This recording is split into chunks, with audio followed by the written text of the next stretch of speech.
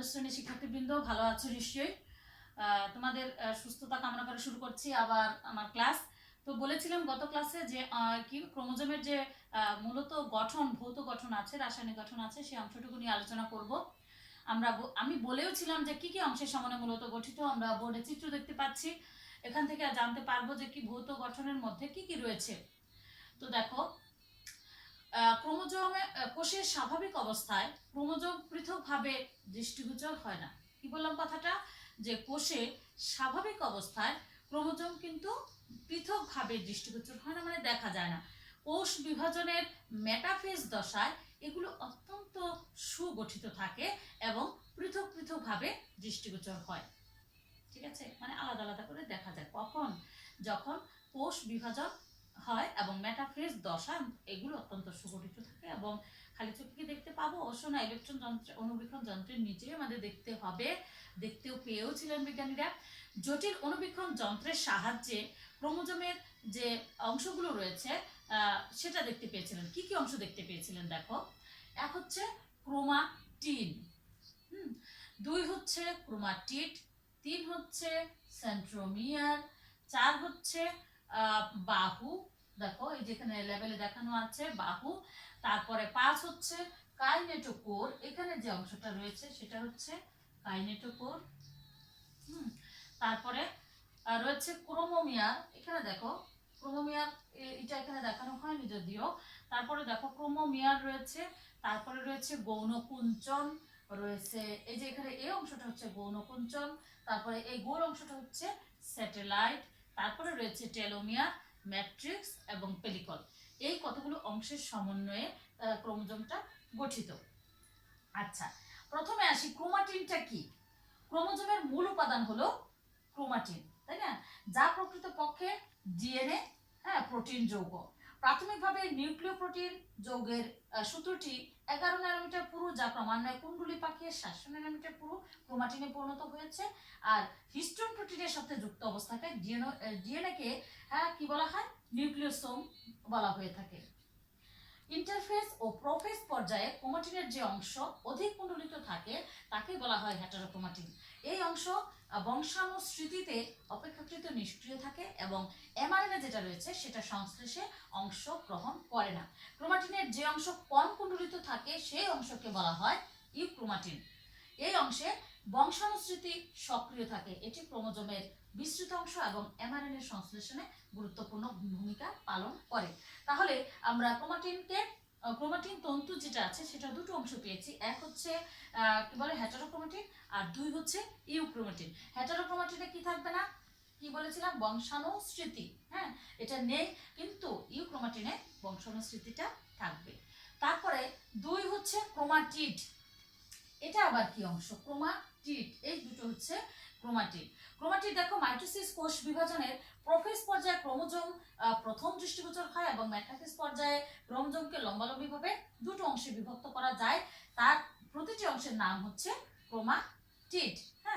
তাহলে প্রতিটি ক্রোমোজোমে সমান ও সমান্তরাল এক জোড়া ক্রোমাটিড থাকে। আমরা চিত্রে খেয়াল করব যে এক জোড়ার কথা বলছে। এরা সাধারণত সিস্টার ক্রোমাটিড নামে পরিচিত। আধুনিক ধারণা অনুযায়ী ক্রোমাটিড একটি একক ডিএনএ অণু দ্বারা গঠিত। এদেরকে ক্রোমোনেমাটা বলেও অভিহিত করা হয়ে থাকে। তাহলে কি পেলাম আমরা? ক্রোমাটিডে ক্রোমোনেমাটা পেলাম, আর কি পেলাম? ক্রোমাটিড সিস্টার, এরা সিস্টার ক্রোমাটিড নামেও পরিচিত দুটো। তারপরে যে অংশটা রয়েছে সেটা হচ্ছে সেন্ট্রোমিয়ার। প্রতিটি ক্রোমাটিডে, এখানে খেয়াল করে দেখো, এই যে অংশটা আছে সেটা হচ্ছে সেন্ট্রোমিয়ার। আর প্রতিটি ক্রোমাটিডে একটি অরঞ্জিত অঞ্চল থাকে, সেই অরঞ্জিত অঞ্চলকে বলা হয় কি? সেন্ট্রোমিয়ার।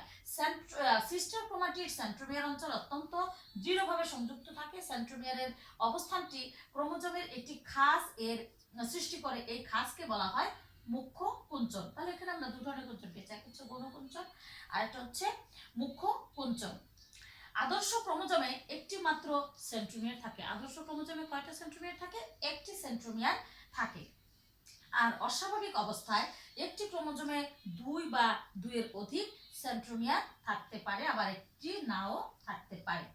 তো 4 নাম্বার অংশটা হয়েছে কি বাহু। এখানে আমরা দেখতে পাচ্ছি চিত্রে যে বাহুটা আবার কি সেন্ট্রোমিয়ারের দুপাশে, দেখো এইখানে এই অংশটা যদি সেন্ট্রোমিয়ার হয়, এই পাশেও রয়েছে এই পাশেও রয়েছে, তাহলে সেন্ট্রোমিয়ারের দুপাশে ক্রোমোজোমাল অংশকে বলা হয় কি, এই দুটো অংশকে বলা হয় বাহু। প্রতিটি ক্রোমোজোমের দুটি বাহু থাকে, আর বাহু দুটি সমান দৈর্ঘ্য বিশিষ্ট এবং অসম দৈর্ঘ্য বিশিষ্ট হতে পারে। আর কি হতে পারে যে ক্রোমোজোমের সেন্ট্রোমিয়ারের অবস্থান অনুযায়ী বাহু দুটির দৈর্ঘ্য নির্দিষ্ট হয়ে থাকে। তারপরে রয়েছে যে 5 নম্বর পয়েন্ট, সেটা হচ্ছে কাইনেটোকোর। কাইনেটোকোর আবার কি, প্রতিটি সেন্ট্রোমিয়ারে ছোট গাঠনিক অবকাঠামো থাকে যাকে বলা হয় কাইনেটোকোর।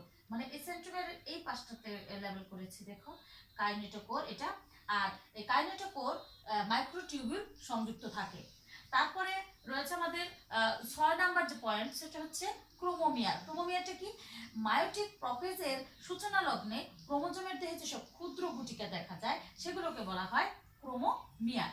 হ্যাঁ, মায়োসিসের প্রথম প্রোফেজের প্যাকাইটিন উপদশায় এই ক্রোমোজোমের সংখ্যা এবং অবস্থান স্পষ্ট হয়। তাহলে এই ক্রোমোমিয়ারের অবস্থান স্পষ্ট হয় হচ্ছে মাইটোটিক বিভাজনের প্রোফেজ দশা, প্যাকাইটিন উপদশা এটা দেখা যায়। আর গৌণকুঞ্চনে দেখো যেখানে যে লেভেলটা আছে, গৌণকুঞ্চনের কথা কি বলবো, সেন্ট্রোমিয়ার নামক মুখ্য কুঞ্চন ছাড়াও কোনো কোনো সেন্ট্রোমিয়ার বাহুতে এক বা একাধিক গৌণকুঞ্চনও থাকতে পারে। ঠিক আছে, তাহলে এখানে একটা গৌণকুঞ্চন আমরা দেখতে পেলাম। আর গৌণকুঞ্চনকে নিউক্লিওলাস পুনর্গঠন যে অঞ্চল তা বলা হয়ে থাকে, বা নিউক্লিওলাসের পুনর্গঠন অঞ্চল নামে অভিহিত করা হয়ে থাকে। তারপরে আমরা যাবো 8 নম্বর পয়েন্টসে। 8 নম্বর হচ্ছে স্যাটেলাইট। স্যাটেলাইটটা কি, কোনো কোনো ক্রোমোজোমের এক বাহু প্রান্তে ক্রোমাটিন সূত্র দ্বারা সংযুক্ত প্রায় গোলাকৃতির যে অংশটা দেখা যায় সেটাকে বলা হয় স্যাটেলাইট। আমরা দেখতে পাচ্ছি গৌণকুঞ্চনের নিচে যে গোলাকৃতির অংশটা রয়েছে সেটা হচ্ছে স্যাটেলাইট। আর এই ধরনের ক্রোমোজোমকে সেট ক্রোমোজোমও বলা হয়ে থাকে। অন্যভাবে নিউক্লিওলাস বহনকারী ক্রোমোজোমকে সেট ক্রোমোজোমও বলা হয়ে থাকে। তাহলে এটা একটা ছোট্ট প্রশ্ন, তুমি লিখে রাখবে যে সেট ক্রোমোজোমটা কি। কি বলতে পারি যে নিউক্লিওলাস বহনকারী ক্রোমোজোমকে বলা হয় সেট ক্রোমোজোম। যেমন তুলা, পাট, সুলা ইত্যাদি উদ্ভিদের কোনো কোনো ক্রোমোজোম স্যাটেলাইট আছে, আর সোলার 1 নং ক্রোমোজোমে এই স্যাটেলাইটটা থাকে। এটা কিন্তু বিজ্ঞানীরা বের করেছেন। তারপরে দেখো 8 নাম্বার হলো এবার টেলোমিয়ার। 9 নম্বরে কি আছে, বিজ্ঞানী এইচ যে মুরার কি করেছিল, ক্রোমোজোমের উভয় প্রান্তে বিশেষ বৈশিষ্ট্যপূর্ণ অঞ্চলকে বলা হয়, এই যে অংশটা আমরা দেখতে পাচ্ছি সেটা হচ্ছে কি টেলোমিয়ার। অধিক বয়সে মানুষের জরা রোগে টেলোমিয়ার বিশেষ ভূমিকা রাখে। আর টেলোমারেজ এনজাইম মানুষের জরা রোগে কাজ করে থাকে, জরা রোধে কাজ করে থাকে। তারপরে যে অংশটা রয়েছে সেটা হচ্ছে কি ম্যাট্রিক্স। ম্যাট্রিক্সটা আবার কি, ক্রোমাটিন সূত্রের চারদিকে পেলিকল দ্বারা আবৃত আরএনএ পদার্থের স্তরকে বলা হয় ম্যাট্রিক্স বা মাতৃকা। কোষ বিভাজন পর্যায়ে ম্যাট্রিক্স দ্রবীভূত হয়ে যায় এবং আধুনিক গবেষণায় ইলেকট্রন অনুবীক্ষণ যন্ত্রে এই ম্যাট্রিক্সের অস্তিত্ব কিন্তু প্রমাণিত হয়নি। তারপরে শেষ যে পয়েন্ট আছে সেটা হচ্ছে পেলিকল। পেলিকলটা কি, ম্যাট্রিক্স সহ ক্রোমোজোমের বাইরে একটি পাতলা আবরণী থাকে, সেটাকে বলা হয় পেলিকল। ঠিক আছে, ডার্লিংটন, নোভিকভ, রিস প্রমুখ বিজ্ঞানী পেলিকলের অস্তিত্ব অস্বীকার করেন। তাহলে এই দুটি অংশ আছে, কিন্তু বিভিন্ন বিজ্ঞানীও এটার অস্তিত্বটা আবার অস্বীকার করেছেন। এবার আমরা যাব ক্রোমোজোমের প্রকারভেদ নিয়ে আলোচনা করব, যে ক্রোমোজোম কত প্রকারের হয়ে থাকে। তাহলে চিত্রের মাধ্যমে আমরা একটু দেখলাম যে ক্রোমোজোমের কয়টি অংশ রয়েছে এবং এটার একটু বিস্তারিত বর্ণনা। এবার আমরা ক্লাসিফিকেশনে যাব যে ক্রোমোজোম কত প্রকার বা কিসের উপর ভিত্তি করে এই ক্রোমোজোমকে বিভক্ত করা হয়েছে। মূলত দেখো, প্রথমে হচ্ছে সেন্ট্রোমিয়ারের সংখ্যা অনুযায়ী ক্রোমোজোম 5 প্রকার। প্রথমে হচ্ছে সেন্ট্রোমিয়ারের সংখ্যা, সেন্ট্রোমিয়ারের সংখ্যা অনুযায়ী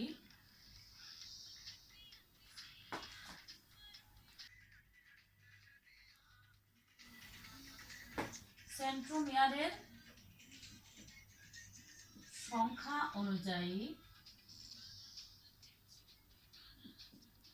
ক্রোমোজোম কয় প্রকার বলো, 5 প্রকারের রয়েছে।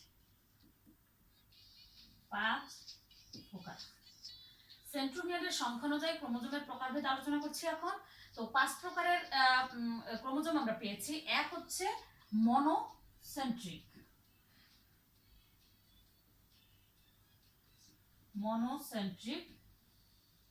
2 হচ্ছে ডাইসেন্ট্রিক, 3 হচ্ছে, 3টা কি হতে পারে বোঝাই যাচ্ছে তাই না, পলিসেন্ট্রিক,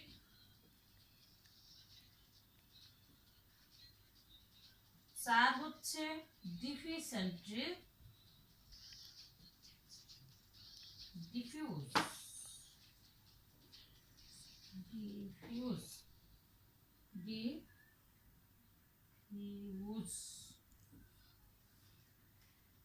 ডিফিউজ, স্পেলিংটা এরকম, ডিফিউজড ড আছে। 5 নাম্বারটা হচ্ছে এসেন্ট্রিক। তাহলে কয়টা পেলাম? সেন্ট্রোমিয়ারের সংখ্যা অনুযায়ী ক্রোমোজোম 5 প্রকার পেয়েছি, মনোসেন্ট্রিক, ডাইসেন্ট্রিক, পলিসেন্ট্রিক, ডিফিউজ আর এসেন্ট্রিক। তারপরে দেখো সেন্ট্রোমিয়ারের অবস্থান অনুযায়ী কয় প্রকার? প্রথমটা পেয়েছে কি সংখ্যা, আর দ্বিতীয়টা হচ্ছে অবস্থান অনুযায়ী ক্রোমোজোম 4 প্রকার না। সেন্ট্রোমিয়ারের সংখ্যা অনুযায়ী ক্রোমোজোম ভাগ করলাম 5 প্রকার পেয়েছি, আর অবস্থান অনুসারে পেলাম 4 প্রকার।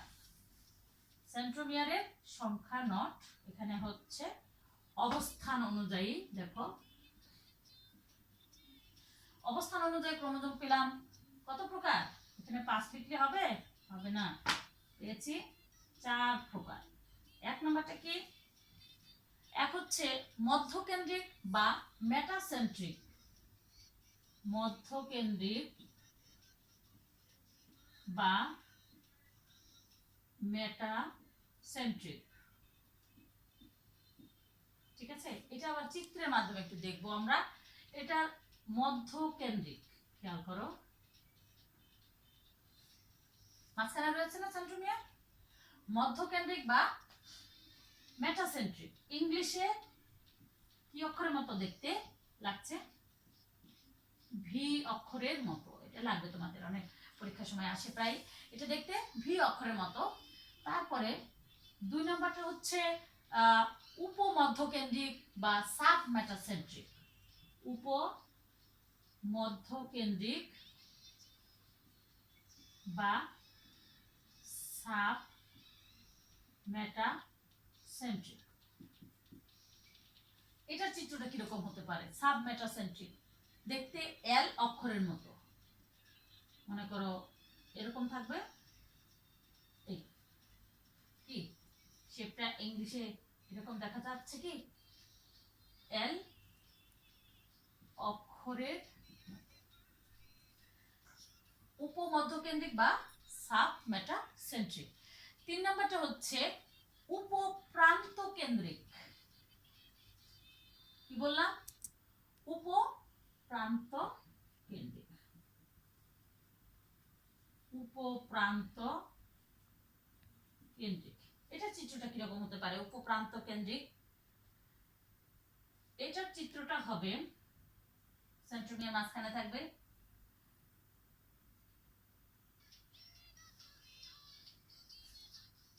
দেখতে কিরকম কার মতো হবে? কি বলে উপপ্রান্ত কেন্দ্রিক, যেটা সেটা হচ্ছে ইংলিশে জে অক্ষরের মতো হবে।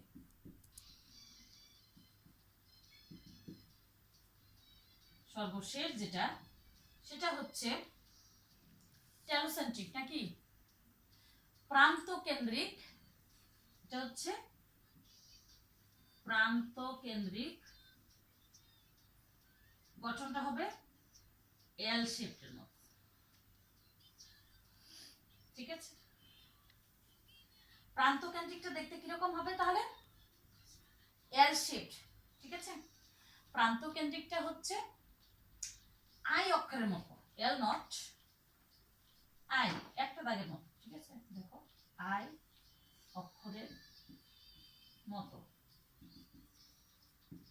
এই হলো সেন্ট্রোমিয়ারের অবস্থান অনুযায়ী ক্রোমোজোমের ভাগ। তাহলে কি কি পেলাম? 4 ধরনের পেয়েছি। এক হচ্ছে মধ্যকেন্দ্রিক বা মেটাসেন্ট্রিক, উপমধ্যকেন্দ্রিক বা সাব মেটাসেন্ট্রিক, আর উপপ্রান্ত কেন্দ্রিক বা উপপ্রান্ত কেন্দ্রিক বা জে এর মতো যেটা অক্ষর, আর প্রান্ত কেন্দ্রিক হচ্ছে আই অক্ষরের মতো। এবার দেহ গঠন এবং লিঙ্গ নির্ধারণ বৈশিষ্ট্যের উপর ভিত্তি করে ক্রোমোজোম দু ধরনের হয়ে থাকে। এটা তুমি ক্লাস 9 10 পড়েছো। যেমন অটোজোম 23 জোড়া আর সেক্স ক্রোমোজোম হচ্ছে কি 1 জোড়া। মোট ওই যে বললাম পড়েছিলাম হোমোসেপিয়েন্সের ক্রোমোজোম সংখ্যা হচ্ছে 46টি, 23 জোড়া। তো পুরুষে দেখো আমরা জানি XY থাকে, আর স্ত্রীতে কি থাকে XX ক্রোমোজোম থাকে, সেক্স ক্রোমোজোম যেটা। এবার আমরা জানবো যে ক্রোমোজোমের রাসায়নিক গঠন কি। ক্রোমোজোম প্রধানত রাসায়নিক উপাদানের মধ্যে রয়েছে নিউক্লিক অ্যাসিড এবং প্রোটিন, এটুকু আমরা জেনে রাখবো। তো দেখো মোটামুটি হয়েছে আমাদের। এবার বাকি রয়েছে কি ক্রোমোজোমের কাজ। সরাসরি বলছি, তোমরা বই দেখে কাজগুলো পড়ে ফেলবে। তারপরে দেখো কি কি কাজ আছে আমরা একটু জানবো।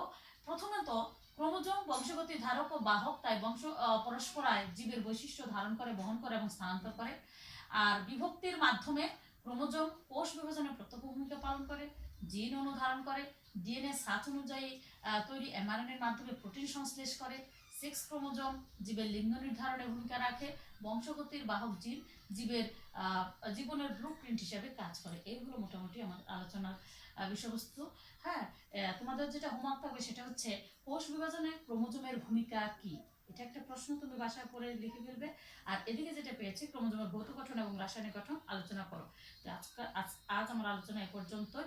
তোমরা ভালো থাকবে, সুস্থ থাকবে, সুন্দর থাকবে। তুমি নিজে সুস্থ থাকবে, তোমার চারপাশের পরিবেশকে সুস্থ রাখবে। হ্যাঁ, আর কি স্বাস্থ্যবিধি তো অবশ্যই আমাদের মেনে চলতেই হবে, বারবার বলতে হয় না, যদি আমরা এখন বড় হয়েছি। তোমাদের সুস্থতা আমার একান্ত কাম্য। ভালো থাকবে সবাই।